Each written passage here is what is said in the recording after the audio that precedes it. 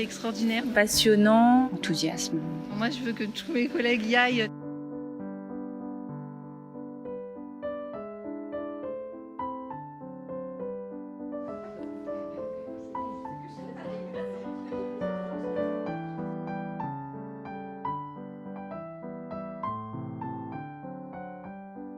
Je travaille dans une école publique.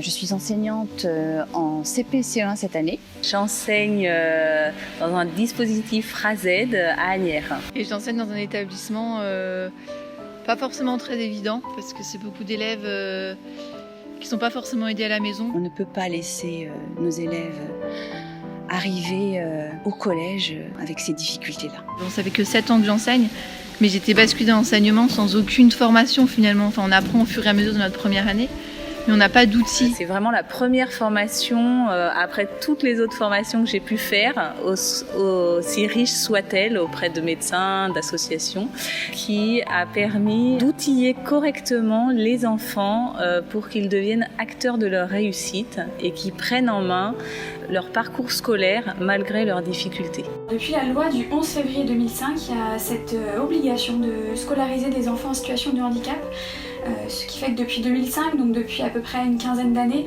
il y a eu une recrudescence d'élèves en situation de handicap dans les classes, ce qui a rendu l'exercice de l'enseignant particulièrement difficile ou en tout cas nouveau, avec beaucoup de changements, une nécessité de s'adapter à des profils très différents et donc une nécessité de se former pour acquérir des compétences sur ces nouveaux profils d'élèves.